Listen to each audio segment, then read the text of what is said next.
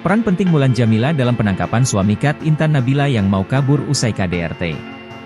Armor Toreador akhirnya ditangkap polisi setelah melakukan KDRT terhadap Kat Intan Nabila, terungkap jasa besar Mulan Jameela. Armor Toreador ditangkap di hotel di kawasan Kemang, Jakarta Selatan. Kabar penangkapan Armor Toreador diungkap Mulan Jameela melalui akun Instagramnya pada Selasa, 13 Agustus 2024. Rupanya penangkapan itu terjadi berkat jasa istri Ahmad Dhani. Alhamdulillah pelaku KDRT dari Kat Intan Nabila sudah tertangkap di daerah Kemang, kata Mulan Jameela.